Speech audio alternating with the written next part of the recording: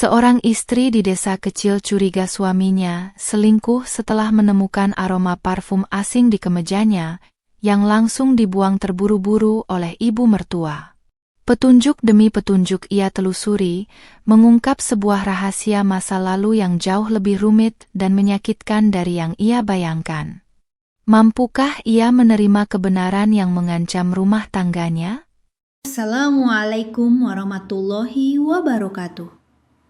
Kalian dari mana aja nih? Absen yuk, jangan lupa subscribe. Buat yang sudah subscribe, semoga selalu diberkahi kebaikan dan rezeki yang mengalir. Desa ini selalu tidur lebih awal dari kebanyakan tempat.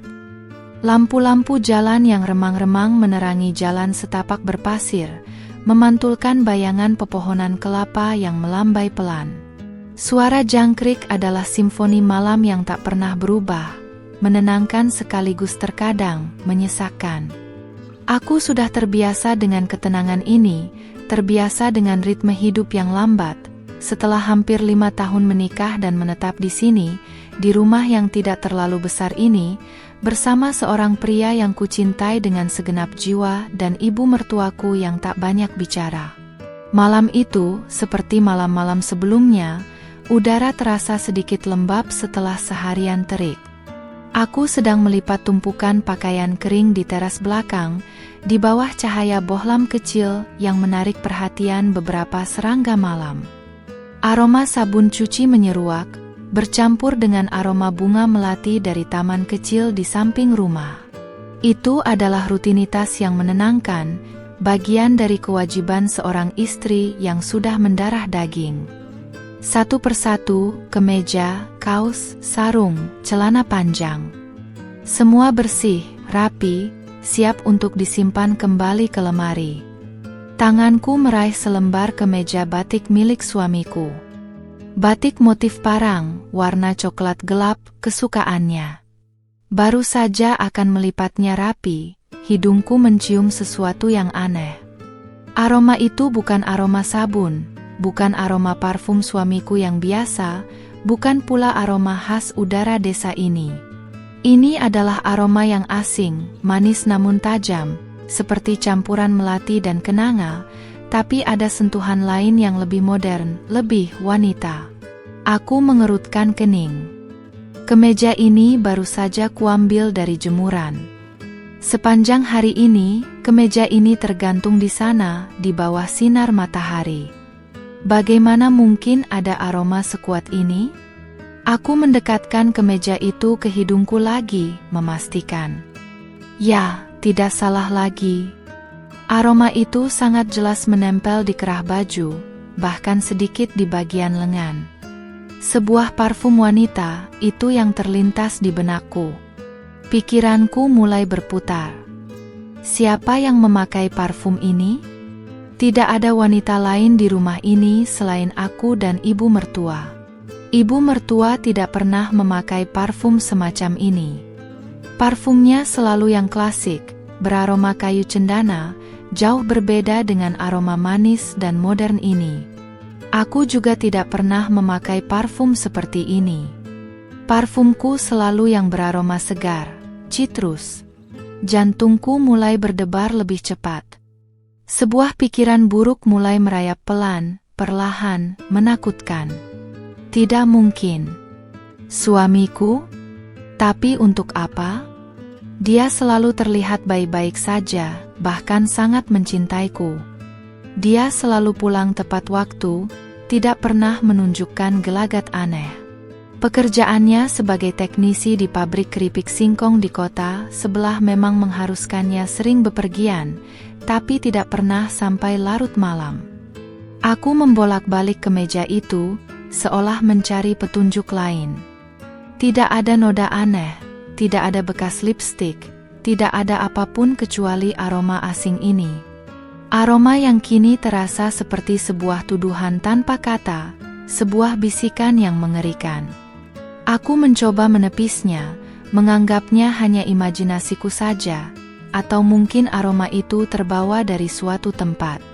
Tapi naluri seorang istri, naluri seorang wanita, sulit untuk dibohongi. Aroma ini terlalu kuat, terlalu jelas untuk diabaikan begitu saja.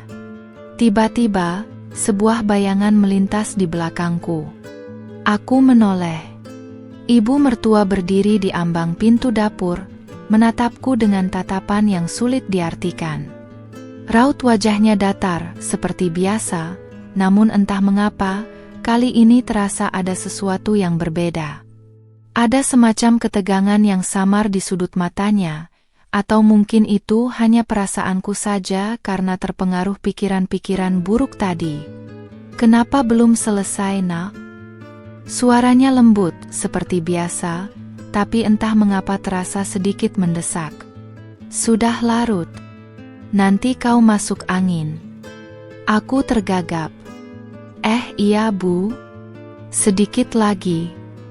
Aku berusaha menyembunyikan kemeja itu di balik tumpukan pakaian lain, namun sepertinya sudah terlambat.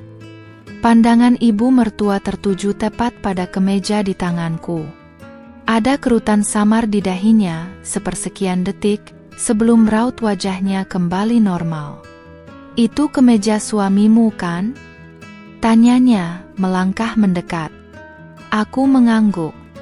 Dia mengulurkan tangan, meraih kemeja itu dari tanganku. Gerakannya cepat, sedikit terburu-buru.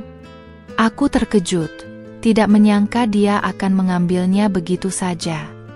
Wah, ini kemeja lama ya? Sudah agak lusuh, katanya, mengamati kemeja itu. Padahal, kemeja itu masih tergolong baru, jarang dipakai suamiku. Aku merasa ada yang aneh dari caranya memegang kemeja itu, sedikit terlalu erat, seolah menyembunyikan sesuatu. Tidak, Bu. Itu baru dibeli beberapa bulan lalu, kataku, mencoba mengamati reaksi ibu mertua. Wajahnya tetap datar, namun matanya sedikit bergerak menghindari tatapanku. Tanpa kusangka, tanpa sepatah kata pun, ibu mertua tiba-tiba melangkah ke arah tong sampah di pojok teras.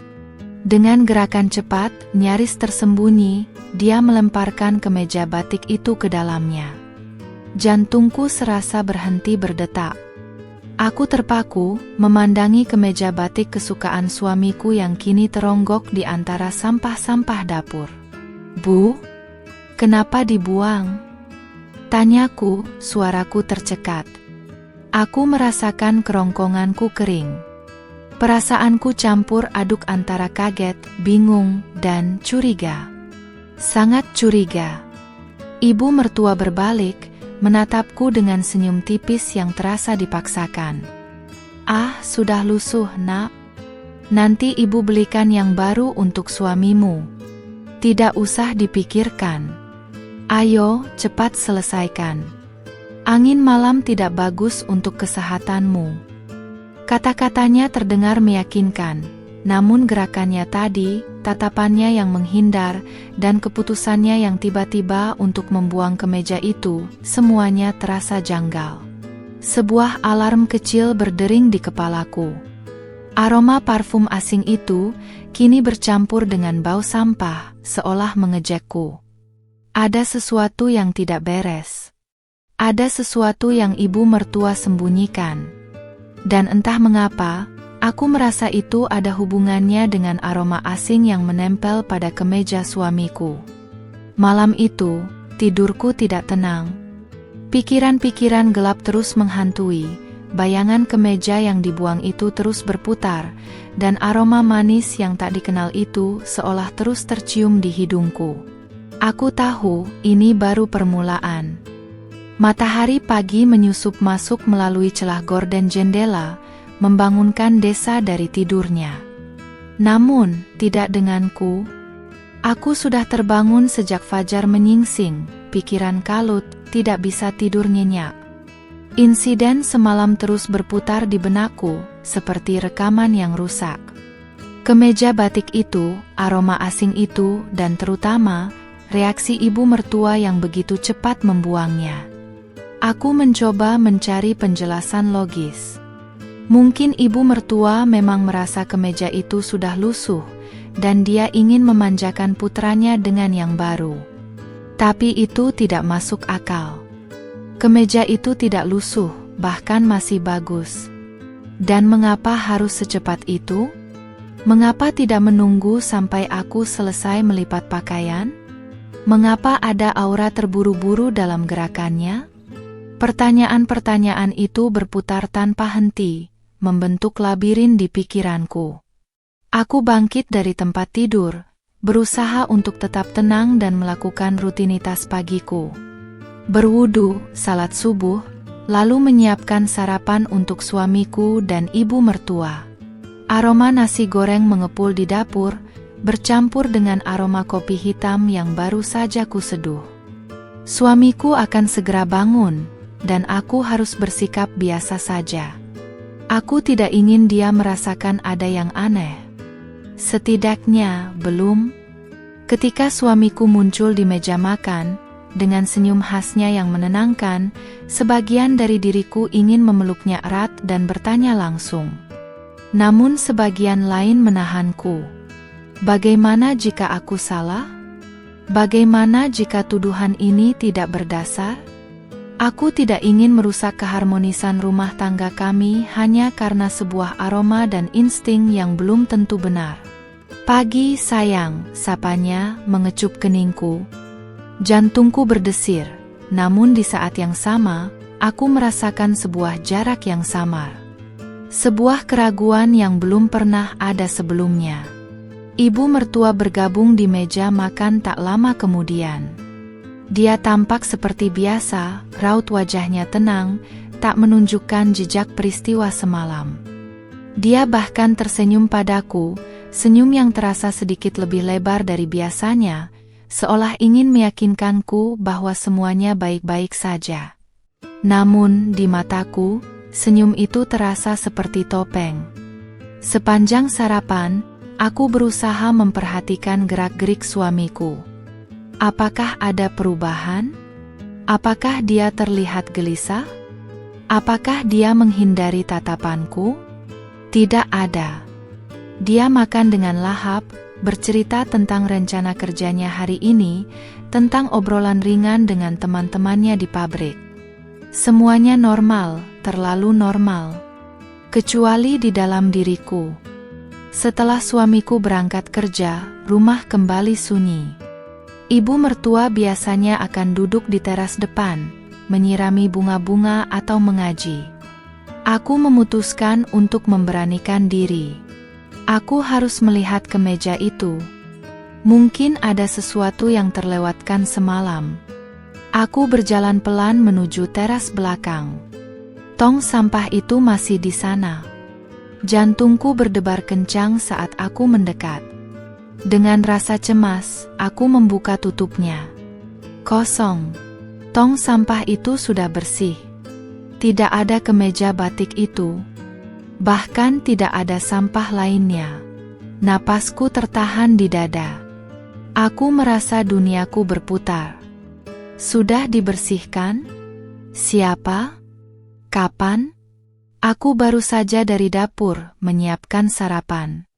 Tidak mungkin ibu mertua sempat membersihkannya. Atau mungkin dia memang sengaja melakukannya? Aku bergegas mencari ibu mertua. Dia sedang duduk di bangku kayu di teras depan, memegang tasbih, matanya terpejam. Aku mendekat dengan langkah ragu. Bu, tong sampahnya sudah kosong? Tanyaku, mencoba menjaga nada suaraku tetap santai. Ibu mertua membuka matanya, menatapku. Oh iya nak. Tadi subuh ada tukang sampah lewat. Ibu suruh dia langsung angkut saja. Sekalian bersih-bersih. Aku merasa ada sesuatu yang tidak pas dari penjelasannya. Tukang sampah di desa ini jadwalnya tidak setiap hari. Lagi pula, biasanya dia datang agak siang, bukan subuh. Dan mengapa ibu mertua terkesan ingin cepat-cepat membersihkan tong sampah itu? Tapi, biasanya tukang sampah datangnya agak siang, Bu, ujarku, mencoba memancing. Ibu mertua menghela napas, tampak sedikit tidak sabar. Ah, kebetulan saja, nak. Mungkin dia ada jadwal lain pagi ini. Sudah, tidak usah dipikirkan. Ayo, bantu ibu menyiram bunga. Aku tahu, percuma bertanya lebih jauh. Ibu mertua jelas tidak ingin membahasnya. Dia sengaja menghindar. Perasaanku semakin tidak enak. Rasa curiga itu kini berubah menjadi keyakinan yang samar. Ada sesuatu yang besar yang disembunyikan. Dan kemeja itu adalah bukti kuncinya. Sepanjang hari, aku tak bisa fokus. Aku mencoba mencari alasan lain mengapa kemeja itu dibuang. Mungkin ada noda yang tidak terlihat olehku? Tapi kalaupun iya, mengapa harus dibuang tanpa konfirmasi? Mengapa tidak dicuci ulang? Semua jawabannya bermuara pada satu kesimpulan. Ibu mertua ingin menyingkirkan kemeja itu secepat mungkin. Aku memutuskan untuk tidak menyerah. Aku tidak bisa membiarkan keraguan ini terus menggerogoti hatiku. Aku harus mencari tahu apa yang sebenarnya terjadi. Mungkin ada cara lain. Aku mulai memikirkan setiap detail, setiap kebiasaan, setiap percakapan. Mencari sepotong puzzle yang hilang, yang akan menjelaskan semua keanehan ini. Desa ini kecil, dan kabar angin cepat menyebar. Tapi aku tidak bisa sembarangan bertanya kepada tetangga. Itu akan menimbulkan gosip. Aku harus mencari petunjuk lain, yang tidak akan menimbulkan kecurigaan. Malam harinya, saat suamiku pulang, aku menatapnya lebih intens dari biasanya. Dia tampak lelah, namun senyumnya tetap hangat. Dia menceritakan harinya, keluh kesahnya tentang pekerjaan, seperti biasa. Aku berusaha melihat celah, mencari petunjuk, namun tidak ada yang tampak aneh. Kecuali satu hal, dia tidak pernah menyebutkan soal kemeja batiknya yang hilang. Apakah dia bahkan menyadarinya? Atau dia memang tidak peduli? Aku mulai bertanya-tanya, apakah mungkin aroma itu bukan berasal dari suamiku? Atau apakah ada orang lain yang menggunakan kemeja itu? Namun, itu terlalu jauh. Kemeja itu jelas milik suamiku. Tidurku kembali gelisah. Aku merasa seperti detektif dalam kasus yang rumit. Kasus yang melibatkan orang-orang terdekatku, orang-orang yang kucintai. Rasa curiga itu seperti duri kecil yang menusuk-nusuk, membuatku tidak nyaman. Aku tahu, aku tidak bisa membiarkannya begitu saja. Aku harus menemukan kebenaran. Apapun itu, dan sekecil apapun petunjuknya. Malam-malam berlalu dengan kegelisahan. Aku tahu aku tidak bisa terus-menerus terlarut dalam pikiran. Aku harus bertindak. Tapi bagaimana? Aku tidak punya bukti kuat, hanya insting dan sehelai kemeja yang tiba-tiba lenyap. Jika aku bertanya langsung pada suamiku atau ibu mertua, mereka pasti akan menyangkalnya, atau bahkan mungkin marah karena aku meragukan mereka. Aku memutuskan untuk memulai dari tempat suamiku bekerja, pabrik keripik singkong. Kedengarannya gila, tapi aku tidak punya pilihan lain. Aku harus mencari petunjuk di sana. Setidaknya, itu adalah tempat di mana suamiku menghabiskan sebagian besar waktunya di luar rumah. Pagi itu, aku pamit kepada ibu mertua dengan alasan ingin mengunjungi bibiku di desa sebelah. Aku tahu dia tidak akan curiga. Sesekali aku memang mengunjungi bibi, jadi itu bukan hal yang aneh. Ibu mertua hanya mengangguk, sibuk dengan kegiatannya di dapur. Dengan hati berdebar, aku mengendarai sepeda motorku menyusuri jalan desa yang berliku. Udara pagi terasa segar, namun aku tidak bisa menikmatinya. Pikiranku dipenuhi strategi. Apa yang akan aku katakan? Bagaimana aku akan mencari tahu tanpa menimbulkan kecurigaan? Pabrik keripik singkong itu terletak sekitar 30 menit perjalanan dari desa kami. Bangunannya cukup besar, dengan asap tipis mengepul dari cerobong asap di belakangnya. Aku memarkir sepeda motorku sedikit jauh dari gerbang utama, mengamati. Banyak pekerja yang hilir mudik, beberapa pria, beberapa wanita, semuanya mengenakan seragam pabrik yang sama. Aku mencoba memikirkan alasan yang masuk akal untuk berada di sana. Mengunjungi suamiku untuk mengantarkan makan siang? Tidak, dia selalu membawa bekal sendiri. Mengunjungi teman? Aku tidak punya teman yang bekerja di sana. Setelah beberapa saat berpikir, sebuah ide muncul. Aku akan berpura-pura mencari pekerjaan. Itu adalah alasan yang cukup masuk akal untuk berada di sana dan mengamati keadaan. Aku memberanikan diri berjalan masuk ke pos satpam. Seorang satpam paruh baya menyambutku dengan ramah. "Ada yang bisa saya bantu, Bu?" tanyanya. "Selamat pagi, Pak. Saya ingin bertanya, apakah ada lowongan pekerjaan di sini?" tanyaku, mencoba terdengar serius. Satpam itu mengernyitkan dahi. "Oh, lowongan? Sepertinya sedang tidak ada, Bu. Tapi bisa coba tanyakan ke bagian HRD di gedung utama." Dia menunjuk sebuah bangunan di seberang lapangan parkir. "Terima kasih, Pak," kataku. Ini adalah kesempatan emas. Aku berjalan menuju gedung yang ditunjuk. Di sana, aku melihat lebih banyak pekerja wanita. Aku mencoba mengamati mereka satu persatu, mencari aroma yang sama dengan yang kucium di kemeja suamiku. Terdengar konyol, tapi aku harus mencobanya. Aku menghabiskan waktu sekitar 1 jam di area pabrik, berpura-pura mengisi formulir dan bertanya tentang persyaratan pekerjaan. Aku mencoba sebisa mungkin mendekati para pekerja wanita, mencium aroma yang berbeda-beda. Ada yang berbau sabun, ada yang berbau minyak goreng dari sisa pekerjaan mereka, ada yang memakai parfum, tapi tidak ada yang sama persis dengan aroma manis dan tajam yang menempel di kemeja suamiku. Aku mulai merasa putus asa. Mungkin aku salah tempat. Mungkin aroma itu berasal dari luar pabrik. Atau mungkin aku hanya berhalusinasi. Ketika aku hampir menyerah, mataku menangkap sosok seorang wanita yang baru saja keluar dari sebuah ruangan. Dia adalah seorang pekerja, mengenakan seragam yang sama, tapi rambutnya sedikit terurai dari balutan kerudungnya. Dia berjalan dengan langkah terburu-buru, membawa beberapa dokumen di tangannya.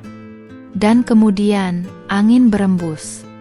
Bersamaan dengan itu, aroma manis dan tajam yang sama persis. Tidak salah lagi. Itu dia. Jantungku berdebar kencang, kali ini bukan karena takut, tapi karena sebuah penemuan. Wanita itu, aroma itu berasal darinya. Dia berjalan cepat, melewati deretan mesin produksi, menuju ke arah pintu keluar. Aku harus mengikutinya. Aku berpura-pura ingin ke toilet, berjalan cepat di belakangnya, menjaga jarak agar tidak terlalu mencolok.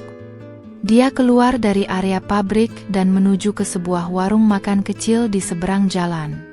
Beberapa pekerja lain sudah berkumpul di sana, tampak sedang beristirahat. Aku memesan segelas teh hangat, duduk di sudut warung, dan mengamati wanita itu. Dia terlihat seumuran denganku, mungkin sedikit lebih muda. Wajahnya cantik, dengan senyum ramah saat berbicara dengan teman-temannya. Sesekali, dia mengibaskan rambutnya yang sedikit berantakan, dan setiap kali itu terjadi, aroma parfum itu kembali menyeruak. Aku mencoba mencari tahu siapa dia. Tanpa sadar, aku mendengar percakapan beberapa pekerja lain. Mereka menyebut namanya. Desi. Desi. Nama itu terpatri di ingatanku. Sekarang aku punya nama, punya wajah, dan yang terpenting, punya bukti keberadaan aroma itu. Tapi apa hubungannya dengan suamiku? Apakah mereka berteman? Apakah ada sesuatu yang lebih dari sekadar pertemanan? Pikiran-pikiran itu kembali memenuhi kepalaku. Aku tidak bisa langsung menuduh tanpa bukti lebih lanjut. Aku menghabiskan sisa tehku, jantungku masih berdegup kencang. Aku punya petunjuk, sepotong puzzle yang baru saja kutemukan. Sekarang yang harus aku lakukan adalah mencari tahu hubungan antara Desi dan suamiku. Dan itu tidak akan mudah. Aku pulang dengan perasaan campur aduk. Ada rasa lega karena menemukan jejak, namun juga rasa cemas yang semakin dalam. Ini baru awal dari pencarian kebenaran yang mungkin akan sangat menyakitkan. Malam itu, setelah pulang dari pabrik, perasaanku semakin tidak menentu. Nama Desi terus berputar di kepalaku, dan aroma parfumnya seolah masih menempel di indera penciumanku. Aku mencoba bersikap seperti biasa di depan suamiku dan ibu mertua, namun ada gejolak tak kasat mata di dalam diriku.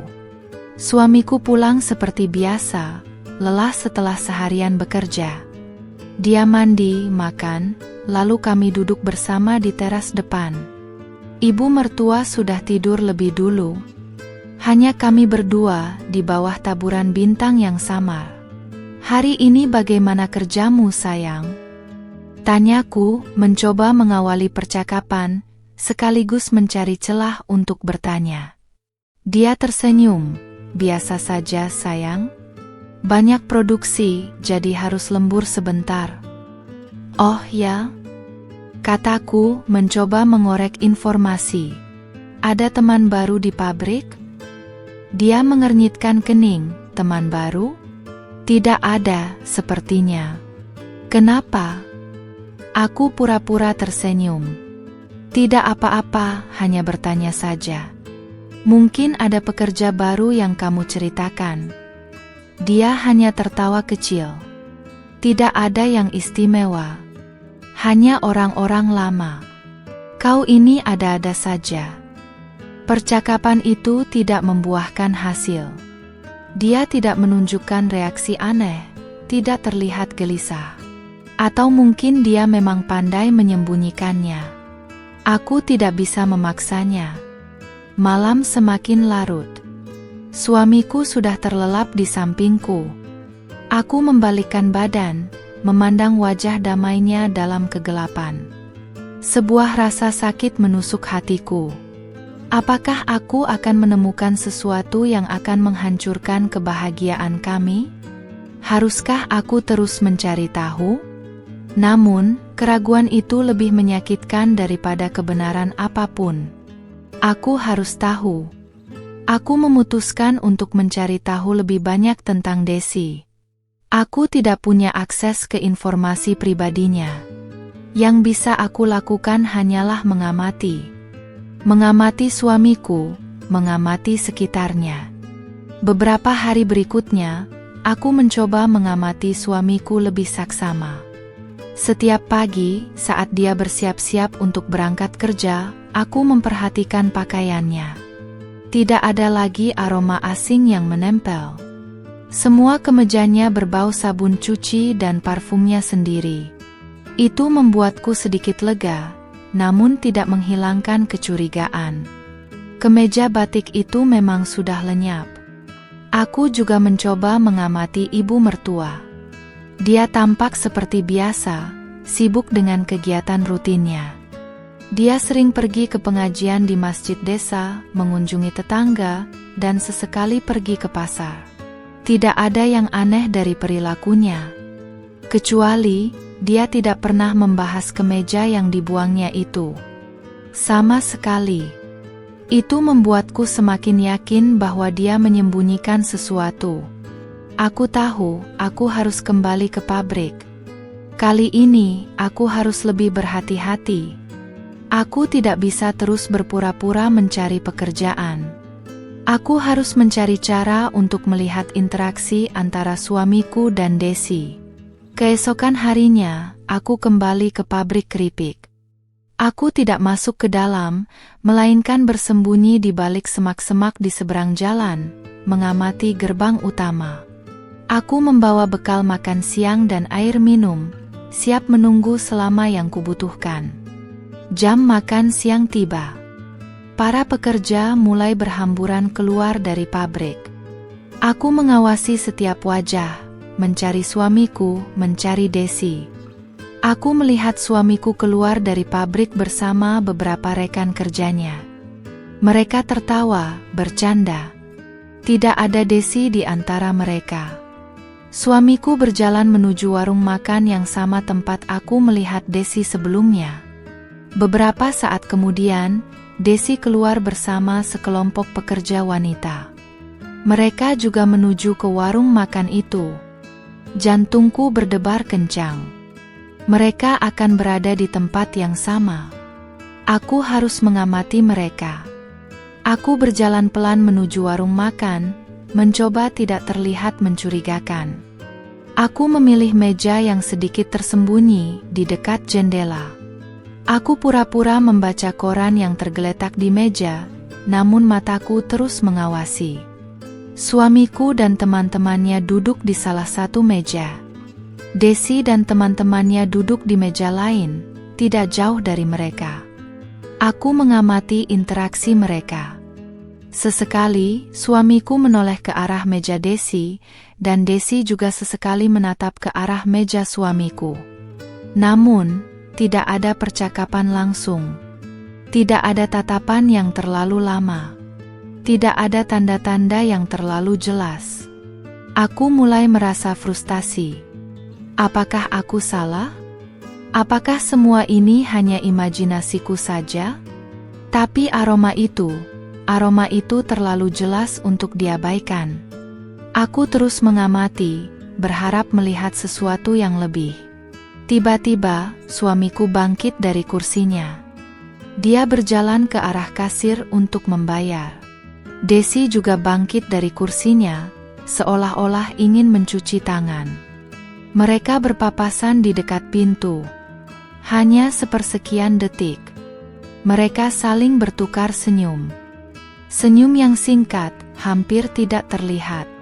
Namun, bagiku, senyum itu terasa seperti petir di siang bolong. Ada sesuatu di balik senyum itu. Ada sebuah rahasia yang tersembunyi. Aku melihat suamiku kembali ke mejanya, dan Desi kembali ke mejanya. Semua tampak normal. Namun, aku tahu ada sesuatu yang terjadi di antara mereka. Senyum itu, tatapan itu, meski singkat, terasa terlalu bermakna. Aku pulang dengan perasaan campur aduk. Aku tidak punya bukti kuat, hanya serpihan-serpihan kecil. Sebuah aroma, sebuah kemeja yang dibuang, sebuah senyuman. Namun, serpihan-serpihan itu mulai membentuk sebuah gambaran yang menakutkan di benakku. Aku tahu, aku semakin dekat dengan kebenaran, dan kebenaran itu mungkin akan sangat menyakitkan. Malam itu, aku tidur dengan hati yang lebih berat dari sebelumnya. Bayangan Desi, senyum suamiku, dan aroma parfum itu menghantui setiap sudut pikiranku. Minggu-minggu berikutnya adalah neraka bagiku. Aku terus-menerus memikirkan tentang Desi, tentang suamiku, tentang kemeja yang dibuang. Setiap kali suamiku pulang dari kerja, aku selalu memeriksa pakaiannya dengan hati-hati, mencium setiap helai, berharap menemukan aroma yang sama, atau sebaliknya, berharap tidak menemukannya. Namun, aroma itu tidak pernah muncul lagi. Ini membuatku semakin bingung. Apakah insiden itu hanya kebetulan? Atau apakah mereka sekarang lebih berhati-hati? Aku juga mencoba mengorek informasi dari ibu mertua, namun dia selalu mengelak. Setiap kali aku mencoba membahas tentang kemeja batik itu, atau menanyakan hal-hal yang berkaitan dengan suamiku, dia selalu mengalihkan pembicaraan, atau bahkan berpura-pura tidak mendengar. Keheningannya terasa lebih menusuk daripada 1000 kata. Keheningan yang seolah menyembunyikan sebuah kebenaran besar. Aku merasa sangat kesepian. Aku tidak bisa menceritakan ini kepada siapapun. Aku tidak ingin merusak nama baik suamiku atau menimbulkan gosip di desa ini. Jadi, aku menyimpan semua beban ini sendiri, membiarkan keraguan itu menggerogoti jiwaku sedikit demi sedikit. Pernah suatu malam, saat suamiku tertidur pulas di sampingku, aku memberanikan diri membuka ponselnya. Jantungku berdebar kencang. Aku tahu ini salah, ini melanggar privasinya. Tapi aku merasa harus melakukannya. Aku harus menemukan bukti. Aku memeriksa setiap pesan, setiap riwayat panggilan, setiap aplikasi media sosial. Tidak ada yang aneh. Tidak ada nama Desi. Tidak ada pesan-pesan mencurigakan. Semuanya bersih, seolah tidak ada yang disembunyikan. Aku merasa sedikit lega, namun di sisi lain, kekecewaan juga menyelimutiku. Apakah aku benar-benar salah? Apakah aku terlalu berprasangka? Tapi bagaimana dengan aroma itu? Dan kemeja yang dibuang? Dan keheningan ibu mertua? Aku kembali ke tempat tidur, air mata mengalir pelan di pipiku. Aku merasa lelah dengan semua ini. Lelah dengan keraguan, lelah dengan kecurigaan. Beberapa hari kemudian, ada acara tahlilan di rumah tetangga. Aku dan ibu mertua datang. Di sana, berkumpul banyak ibu-ibu desa. Aku mencoba mendengarkan percakapan mereka, berharap ada informasi yang bisa kudapatkan. Aku mencoba mengalihkan pembicaraan ke arah pabrik keripik, berharap ada yang menyebut nama Desi atau membahas suamiku. Anak Pak RT itu sekarang kerja di pabrik keripik ya? Ujarku, mencoba memulai. Seorang ibu tetangga menanggapi, oh iya? Dia bagian pengemasan. Anaknya rajin.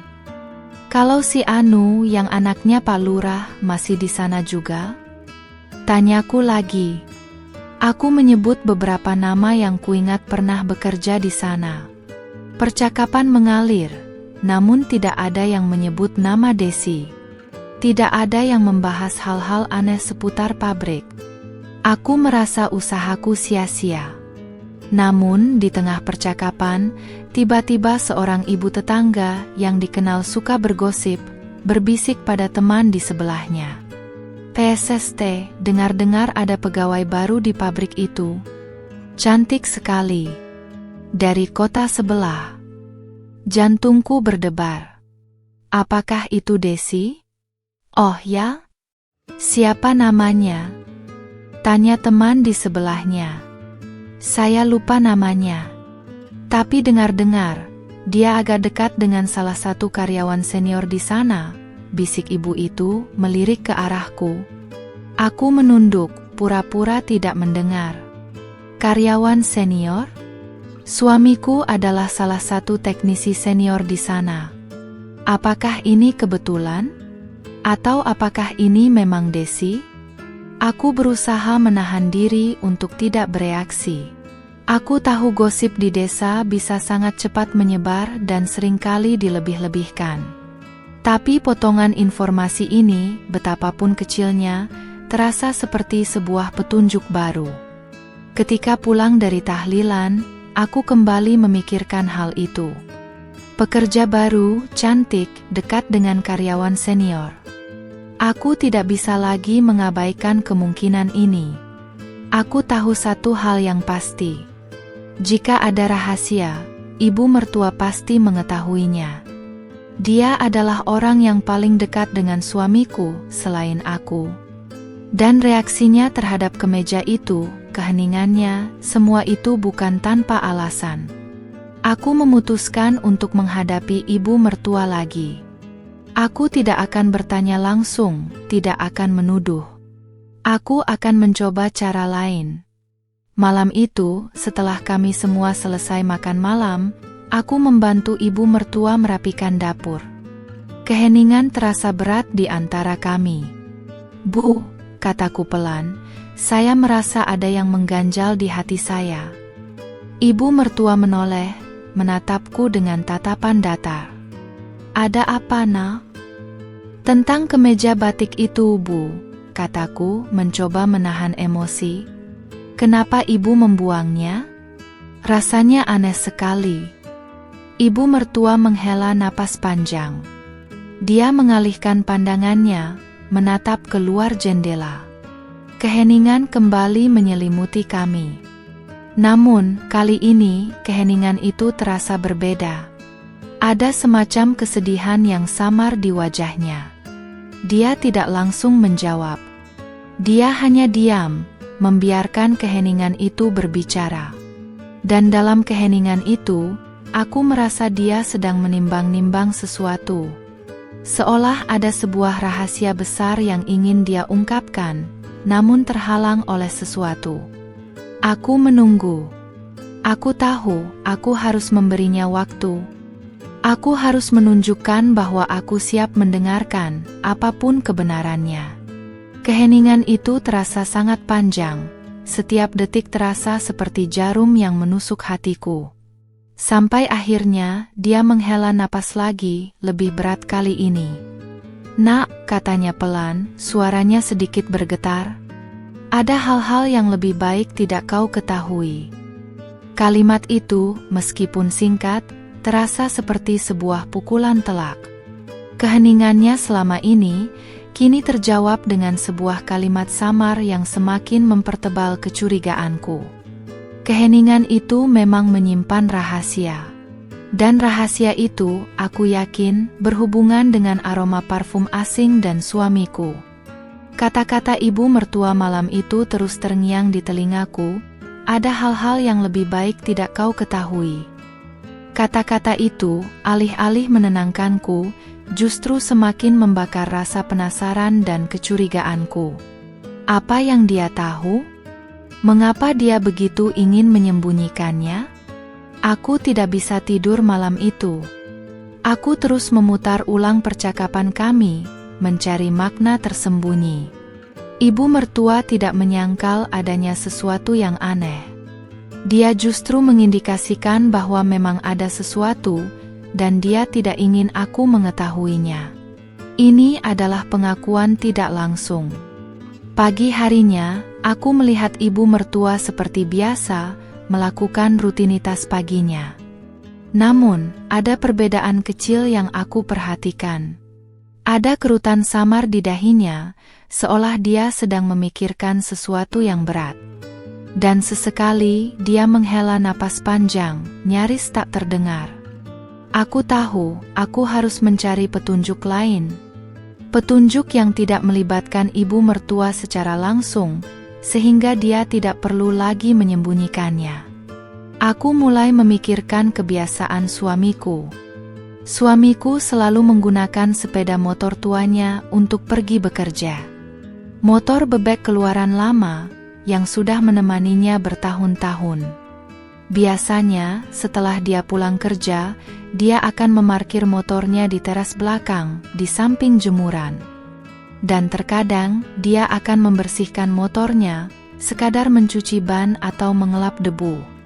Pagi itu, setelah suamiku berangkat, aku pergi ke teras belakang. Aku mendekati sepeda motornya. Aku mencoba mencari sesuatu yang aneh. Tidak ada. Semuanya tampak normal. Namun, mataku tiba-tiba tertuju pada jok belakang motor. Ada sedikit noda samar di sana, seperti bekas gesekan sesuatu. Aku mendekat, memeriksanya lebih saksama. Warnanya agak gelap, dan ada sedikit serat kain yang menempel. Aku mengernyitkan dahi. Ini bukan noda biasa.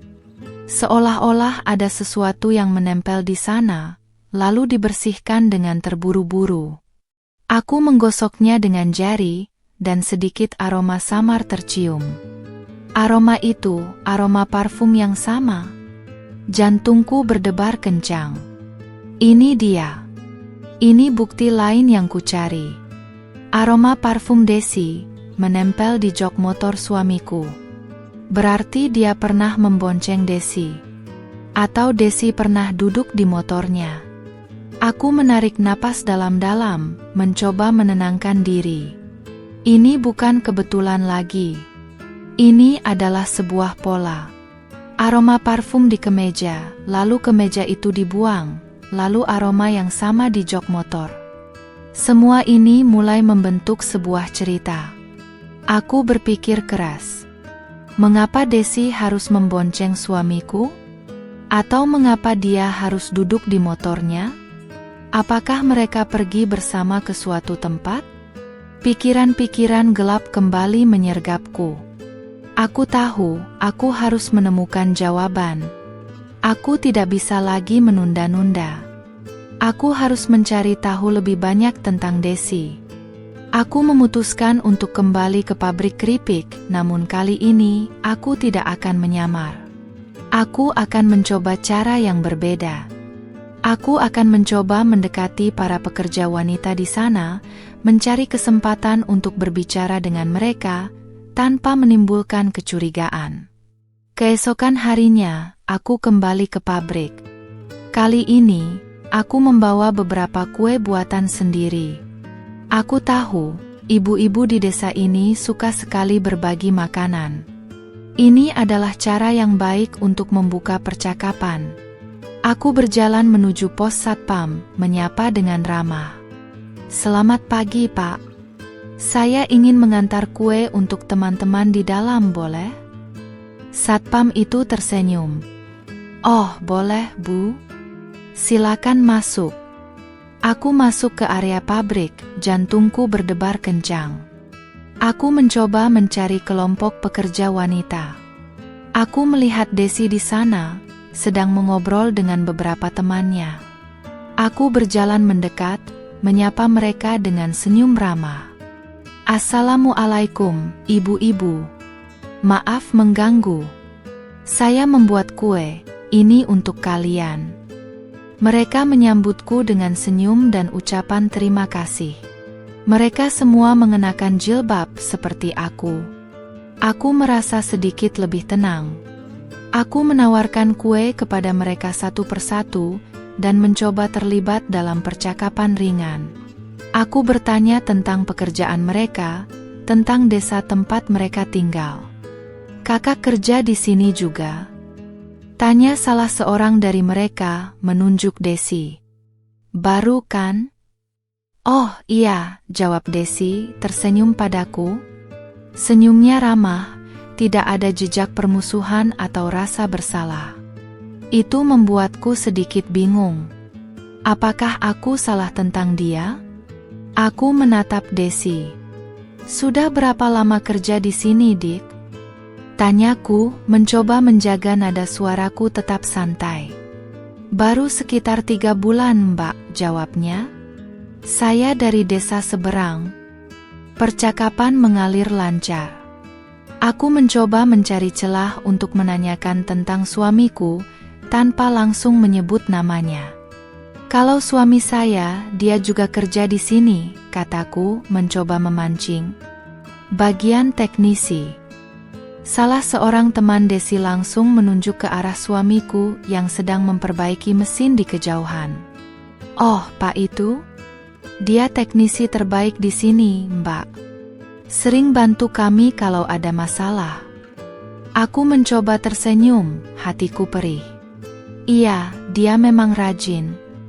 Aku melirik ke arah Desi. Ekspresinya biasa saja, tidak ada perubahan. Aku terus mengamati, mencoba menangkap setiap detail.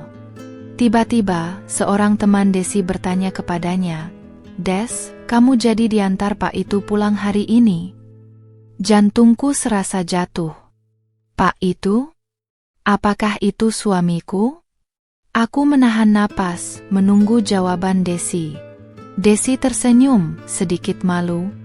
"Ah, tidak tahu, Mbak. Lihat nanti." Aku merasa duniaku runtuh. Jadi, suamiku memang sering mengantar Desi pulang? Ini bukan lagi sekadar boncengan sesekali. Ini adalah sesuatu yang rutin. Aku berusaha mengendalikan ekspresiku. Aku mengucapkan terima kasih kepada mereka semua dan pamit pulang. Langkahku terasa berat.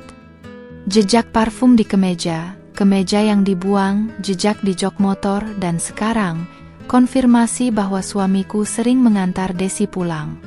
Semua potongan puzzle itu kini terhubung, membentuk gambaran yang menakutkan. Aku pulang dengan hati hancur. Kebenaran mulai terungkap, dan itu jauh lebih menyakitkan dari yang kubayangkan. Aku tahu ini belum berakhir. Ada banyak hal yang harus aku ketahui, dan aku harus siap menghadapi kenyataan, apapun itu. Malam itu, aku merasa sangat rapuh. Air mataku mengalir tanpa bisa kutahan. Keesokan harinya, hatiku terasa berat. Rasa sakit itu tak tertahankan. Aku mencoba untuk tetap kuat di depan suamiku dan ibu mertua, tapi rasanya seperti memakai topeng yang terlalu berat.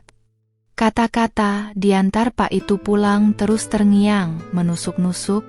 Ini bukan lagi sekadar kecurigaan, ini adalah kenyataan yang terasa pahit.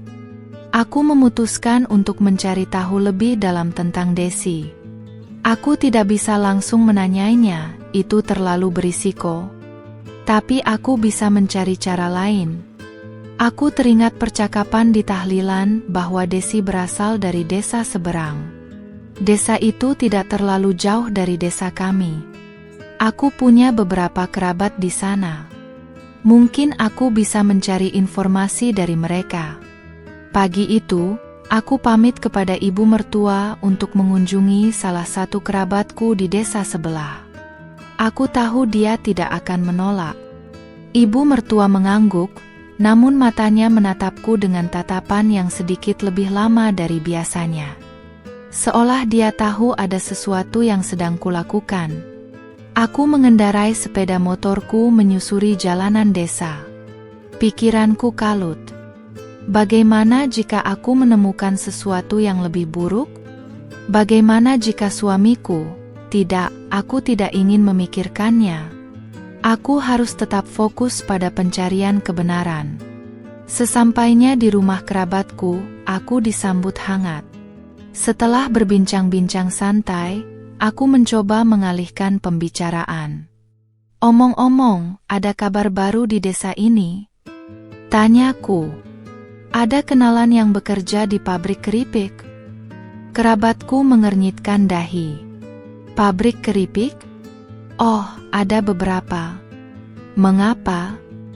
Tidak apa-apa, hanya ingin tahu saja, kataku, berusaha terlihat santai. Ada yang namanya Desi? Mendengar nama Desi, wajah kerabatku sedikit berubah.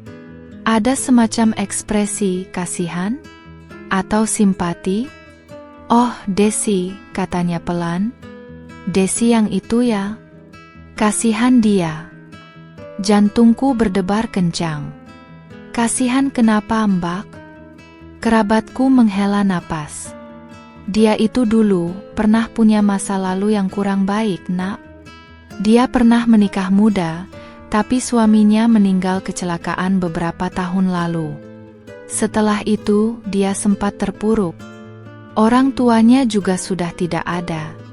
Dia hanya hidup berdua dengan neneknya yang sudah tua renta. Aku terkejut mendengar cerita ini. Pikiran bahwa dia mungkin menjadi orang ketiga dalam rumah tanggaku mulai goyah. Ini bukan gambaran wanita penggoda yang kubayangkan. Ini adalah gambaran seorang wanita yang terluka. Oh, begitu ya, kataku pelan. Dan sekarang dia bekerja di pabrik itu? Iya, Nak.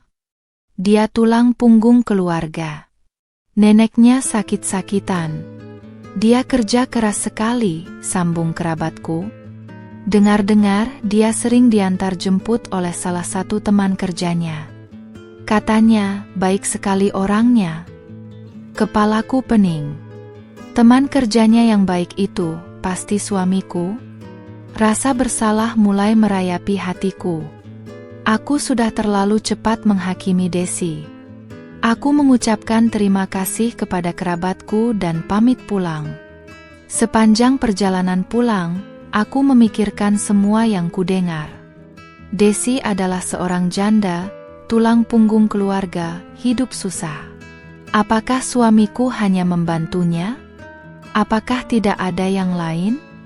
Aku mencoba menepis pikiran negatif. Suamiku memang orang yang baik hati, selalu suka menolong.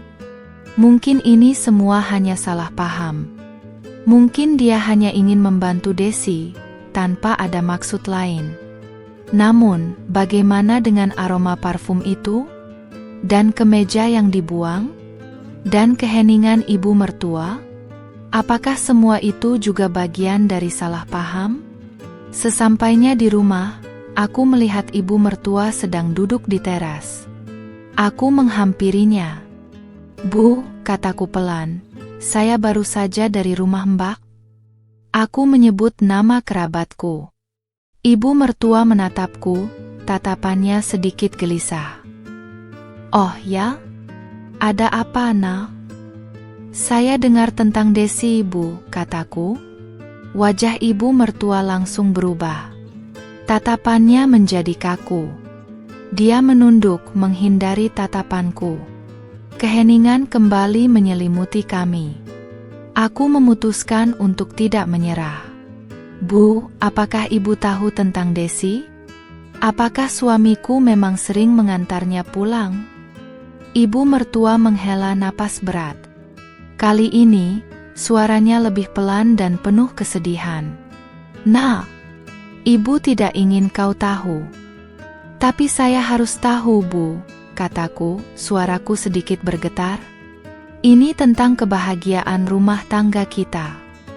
Ibu mertua mendongak, matanya berkaca-kaca. "Ibu tidak ingin kau terluka, Nak." "Kalau ibu tidak mengatakannya, saya akan lebih terluka, Bu." "Rasa curiga ini membunuh saya perlahan," kataku. Ibu mertua menatapku dalam-dalam, seolah menimbang-nimbang sesuatu. Akhirnya, dia mengangguk pelan. "Baiklah, Nak. Ikut ibu." Dia bangkit dari kursinya, berjalan menuju kamar suamiku. Aku mengikutinya dengan jantung berdebar kencang. Apa yang akan dia tunjukkan padaku? Dia membuka laci lemari pakaian suamiku. Dari sana, dia mengeluarkan sebuah bingkai foto yang sudah usang, tersembunyi di bawah tumpukan kain. Dia menyerahkannya padaku. Tanganku bergetar saat mengambil bingkai itu. Itu adalah foto lama. Di dalamnya, ada seorang pria muda yang sangat mirip dengan suamiku, tersenyum lebar. Dan di sampingnya, seorang wanita muda yang sangat familiar. Wajahnya, wajah Desi. Tapi Desi yang lebih muda, lebih ceria, tanpa jejak kesedihan di matanya. Aku menatap foto itu, lalu menatap ibu mertua. "Ini, apa ini, Bu?" Suaraku nyaris tidak terdengar. Air mata ibu mertua mulai menetes. Itu foto suamimu dengan Desi, Nak. Mereka dulu pernah bertunangan." Dunia seolah runtuh di sekitarku. Tunangan? Suamiku dan Desi? Kenapa aku tidak pernah tahu? Kenapa suamiku tidak pernah menceritakan ini padaku? Semua puzzle itu kini bersatu, membentuk sebuah gambaran yang jauh lebih rumit dan menyakitkan dari yang kubayangkan. Aroma parfum itu, kemeja yang dibuang, keheningan ibu mertua, jejak di jok motor, dan sekarang, bingkai foto usang ini. Itu bukan hanya tentang perselingkuhan, ini tentang masa lalu yang tersembunyi, yang kini muncul ke permukaan, mengancam untuk menenggelamkan semua yang telah kubangun. Pengakuan ibu mertua tentang pertunangan suamiku dengan Desi menghantamku bagai badai. Aku tidak pernah tahu tentang masa lalu ini. Suamiku tidak pernah menceritakannya, dan ibu mertua juga tidak pernah mengungkitnya. Selama ini, aku merasa kami tidak punya rahasia. Ternyata, aku salah besar. Aku terduduk lemas di samping ibu mertua, masih memegang bingkai foto usang itu. Foto itu terasa dingin di tanganku, namun membakar hatiku. Mereka tampak begitu bahagia di foto itu, muda dan penuh harapan. Kenapa ibu tidak pernah memberitahuku, Bu? Tanyaku, suaraku parau. Ibu mertua mengusap air matanya. Ibu tidak ingin kau berpikir buruk tentang suamimu, Nak. Dan ibu juga tidak ingin masa lalu itu kembali menghantui kami. Tapi kenapa dia tidak pernah menceritakannya padaku? Tanyaku, air mata mulai mengalir di pipiku. Suamimu, dia sangat terpukul saat Desi menikah dengan pria lain. Dia mencintai Desi dengan segenap hatinya, kata ibu mertua, suaranya bergetar. Dia butuh waktu lama untuk pulih. Dan ketika kau datang, kau membawa kebahagiaan lagi untuknya. Dia tidak ingin masa lalu itu merusak kebahagiaan yang baru dia temukan bersamamu. Aku merasa hancur. Bukan karena kecurigaan perselingkuhan yang belum tentu benar, melainkan karena rasa sakit yang jauh lebih dalam. Rasa sakit karena merasa ditipu, rasa sakit karena mengetahui ada bagian besar dari hidup suamiku yang tidak pernah dia bagikan padaku. Jadi, apa hubungan mereka sekarang, Bu? Tanyaku, mencoba menahan emosi. Ibu mertua menghela napas panjang. Desi kembali bekerja di pabrik tempat suamimu bekerja. Awalnya, suamimu menghindarinya.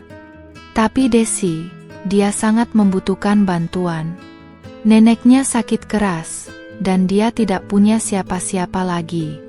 Suamimu, dia tidak bisa membiarkan Desi sendirian. Dia hanya membantu, Nak. Tidak lebih. Membantu bagaimana, Bu?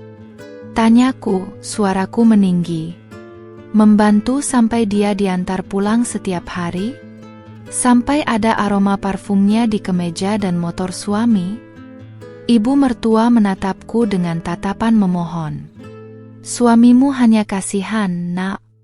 Desi tidak punya siapa-siapa yang bisa diandalkan. Dia seringkali harus pulang larut karena lembur, dan tidak ada angkutan umum yang lewat. Suamimu hanya menawarkan tumpangan. Tentang parfum, ibu tidak tahu. Mungkin hanya menempel saat Desi tidak sengaja bersentuhan dengan kemeja itu. Aku menatapnya skeptis. Aku ingin percaya padanya. Aku ingin percaya pada suamiku. Tapi semua bukti kecil itu, semua kebohongan yang tidak disengaja, membuatku sulit untuk mempercayainya sepenuhnya. Dan kemeja itu, Bu? Tanyaku, kenapa ibu langsung membuangnya? Ibu mertua memalingkan wajah. Ibu panik, Nak. Ibu tahu kau akan mencium aroma itu. Ibu tidak ingin kau curiga, tidak ingin kau salah paham. Ibu hanya ingin melindungi rumah tangga kalian. Tangisanku pecah. Air mata membasahi pipiku. Tapi dengan menyembunyikannya, ibu justru membuatku semakin curiga, Bu. Kenapa tidak jujur saja sejak awal? Ibu mertua memelukku erat. Maafkan ibu, Nak. Ibu tidak bermaksud begitu. Ibu hanya tidak tahu harus bagaimana. Ibu melihat kalian bahagia, dan ibu tidak ingin ada yang merusaknya. Aku menangis dalam pelukannya. Rasa sakit itu begitu dalam, namun di saat yang sama, ada juga sedikit lega. Setidaknya, kebenaran mulai terungkap.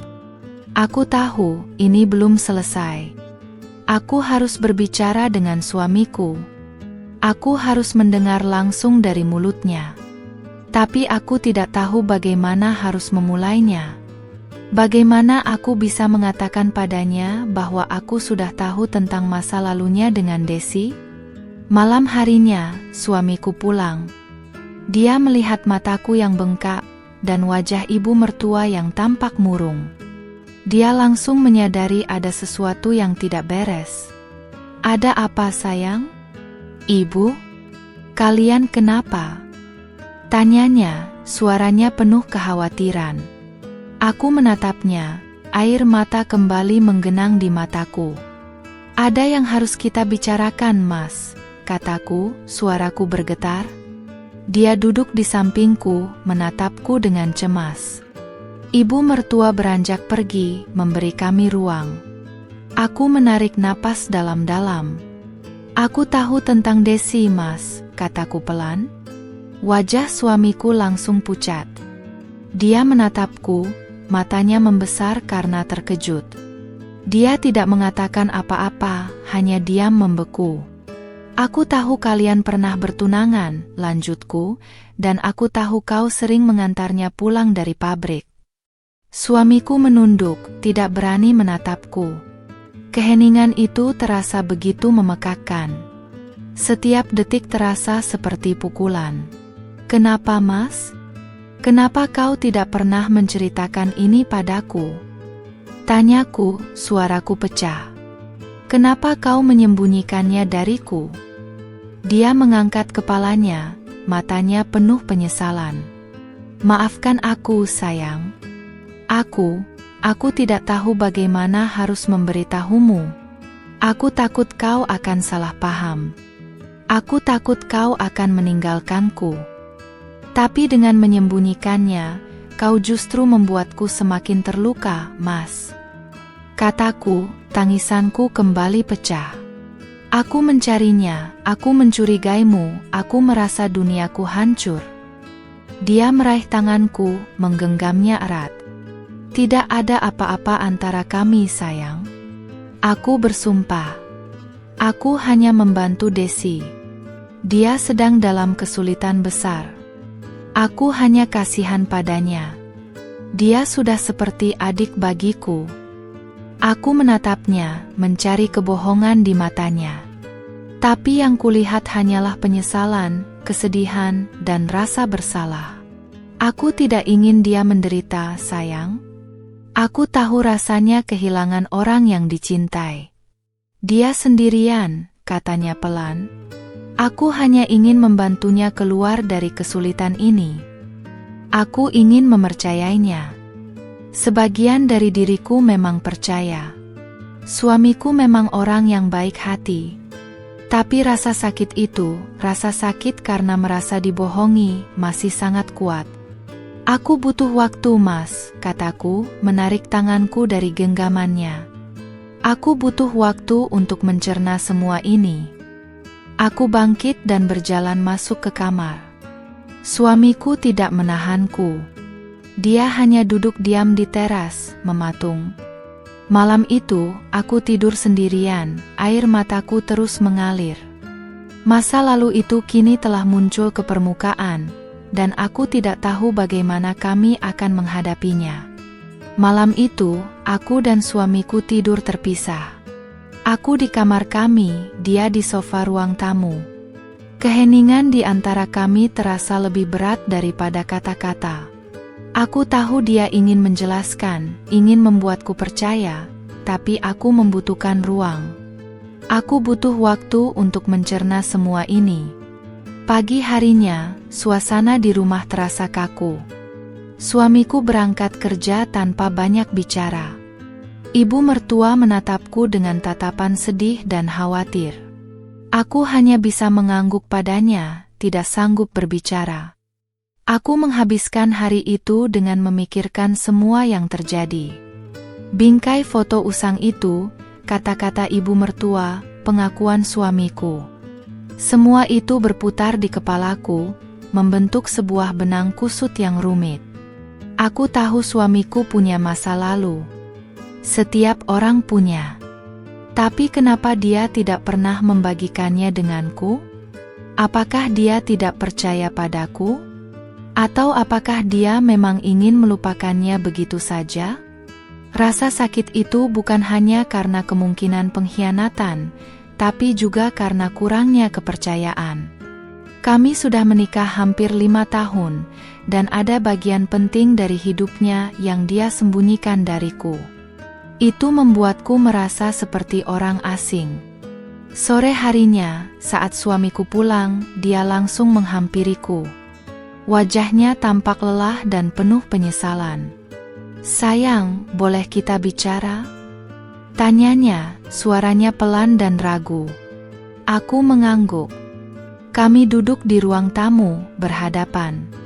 Ibu mertua tidak ada di rumah, mungkin sengaja memberi kami privasi. Aku minta maaf sayang, katanya, menatapku dalam-dalam. Aku tahu aku salah. Aku seharusnya memberitahumu dari awal tentang Desi. Aku diam, menunggunya melanjutkan. Aku tidak ingin masa lalu itu menghantui kebahagiaan kita, lanjutnya. Ketika kau datang, kau membawa cahaya baru dalam hidupku. Aku takut jika kau tahu tentang Desi, kau akan merasa tidak nyaman, atau bahkan meragukan cintaku padamu. Tapi justru itu yang terjadi, Mas, kataku, suaraku bergetar. Aku meragukanmu. Aku mencurigaimu. Aku merasa sangat kesepian mencari tahu semua ini sendiri. Dia menghela napas. Aku tahu. Aku salah. Aku menyesal. Aku tidak bermaksud menyakitimu. Dan tentang Desi? Tanyaku. Kau benar-benar hanya membantunya? Dia mengangguk tegas. Sungguh sayang. Tidak ada yang lain. Dia sedang kesulitan. Neneknya sakit keras, dan dia butuh biaya pengobatan. Dia juga tidak punya siapa-siapa lagi di kota ini. Aku hanya kasihan padanya. Kenapa dia harus menempelkan parfumnya di kemejamu? Tanyaku, mengungkit masalah awal. Dia terdiam sejenak. Aku tidak tahu sayang. Mungkin tidak sengaja. Dia sering terburu-buru. Mungkin dia memelukku, atau bersandar sebentar saat aku mengantarnya pulang. Aku menatapnya, mencoba membaca kejujuran di matanya. Aku ingin mempercayainya. Tapi luka itu masih terasa begitu perih. Aku akan berhenti mengantarnya pulang, katanya, seolah membaca pikiranku. Aku akan mencari cara lain untuk membantunya, jika memang itu yang kau inginkan. Aku akan menjaga jarak dengannya. Aku akan melakukan apapun untuk mengembalikan kepercayaanmu. Aku menghela napas. Aku tidak ingin kau berhenti membantunya jika dia memang membutuhkan, Mas. Aku tahu kau orang yang baik. Tapi aku hanya ingin kejujuran.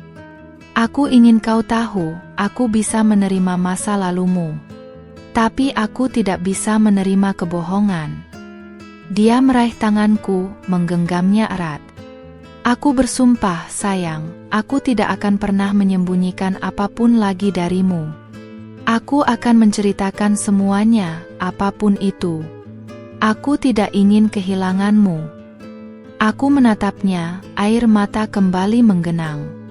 Aku melihat ketulusan di matanya. Aku tahu dia mencintaiku. Dan aku juga mencintainya. Aku butuh waktu, Mas, kataku lagi. Aku butuh waktu untuk menyembuhkan luka ini. Dia mengangguk. Aku akan menunggumu, sayang. Aku akan membuktikan padamu bahwa aku layak kau percaya. Kami duduk dalam keheningan yang panjang, kali ini bukan karena ketegangan, melainkan karena proses penyembuhan. Aku tahu, kami tidak bisa langsung kembali seperti semula. Ada luka yang harus diobati, kepercayaan yang harus dibangun kembali. Malam itu, suamiku masih tidur di sofa. Aku tahu dia melakukannya untuk memberiku ruang. Rasa sakit itu masih ada, namun ada juga sedikit harapan. Harapan bahwa kami bisa melewati ini. Harapan bahwa cinta kami cukup kuat untuk mengatasi bayangan masa lalu dan kebohongan yang tidak disengaja.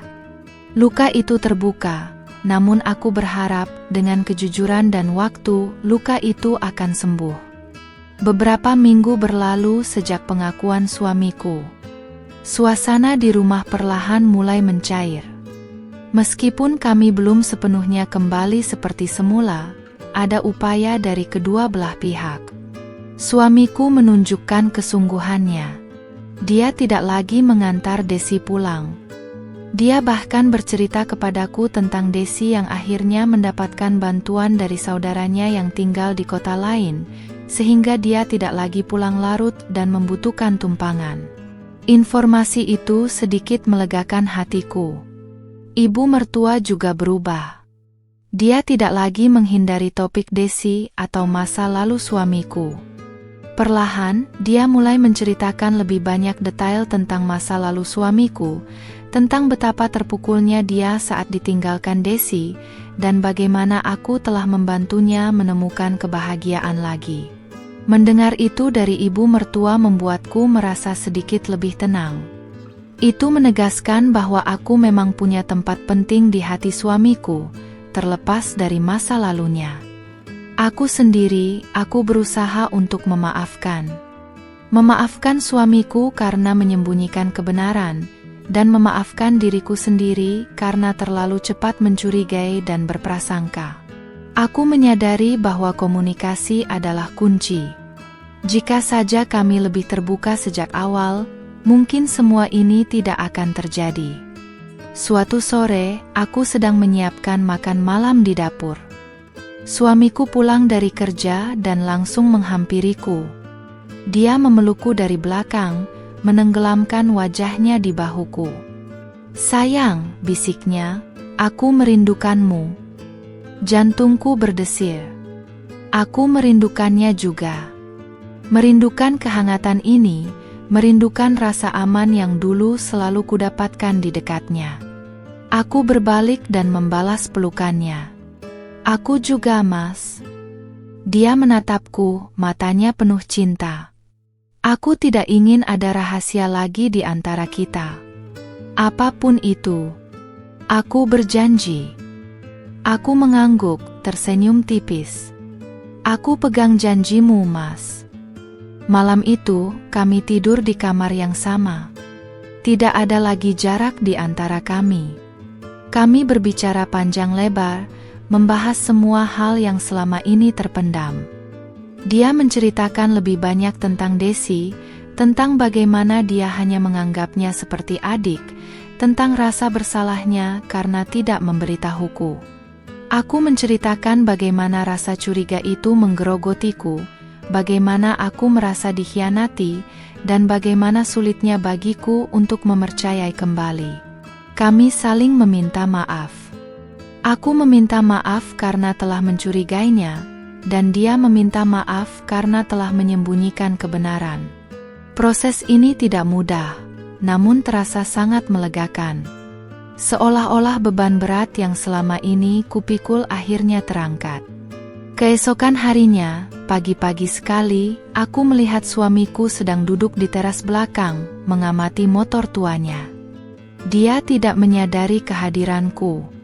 Dia mengelus jok motor itu, tempat di mana aku menemukan jejak parfum Desi. Aku tahu dia juga sedang berproses. Aku mendekatinya, duduk di sampingnya. "Sedang apa, Mas?" Dia menoleh, tersenyum. "Tidak ada, sayang. Hanya melihat motor ini. Banyak kenangan di sini." Aku mengangguk. Aku tahu. Kami duduk dalam keheningan, namun kali ini keheningan itu terasa nyaman. Keheningan yang berbicara tentang pengertian, tentang penerimaan. Aku tahu bekas luka itu tidak akan hilang sepenuhnya. Tapi luka itu tidak lagi perih. Luka itu kini menjadi pengingat bahwa kejujuran adalah fondasi terpenting dalam sebuah hubungan. Sejak saat itu, kami berdua berusaha untuk lebih terbuka satu sama lain. Kami belajar untuk saling percaya, untuk tidak menyembunyikan apapun, sekecil apapun itu. Hubungan kami memang sempat terguncang, namun dari sana, kami belajar untuk menjadi lebih kuat, lebih jujur, dan lebih saling menghargai. Desa ini tetap tenang, dengan suara jangkrik di malam hari dan kicauan burung di pagi hari. Rutinitas hidup kami kembali, namun dengan pondasi yang lebih kokoh. Aroma sabun cuci tetap tercium di pakaian kami, aroma parfum suamiku yang kukenal, dan kini, tidak ada lagi aroma asing yang mengganggu. Kemeja batik itu memang sudah lenyap, dibuang oleh ibu mertua yang panik. Namun di tempatnya, kini ada kemeja-kemeja baru, yang selalu berbau sabun dan parfum suamiku. Dan setiap kali aku mencium aroma itu, aku tidak lagi merasakan kecurigaan, melainkan rasa syukur. Syukur atas pelajaran berharga, syukur atas kepercayaan yang kembali tumbuh, dan syukur atas sebuah awal yang baru bagi kami. Misteri kemeja berbau parfum asing itu akhirnya terkuak, bukan dengan drama perselingkuhan yang mengerikan, melainkan dengan sebuah kisah masa lalu yang menyakitkan dan upaya untuk melupakan. Dan dari sana, kami belajar bahwa kebenaran, betapapun menyakitkan, selalu lebih baik daripada kebohongan. Dan cinta, dengan kejujuran dan pengertian, bisa mengatasi segala badai. Rumah tangga kami kini lebih kuat dari sebelumnya, siap menghadapi apapun yang akan datang.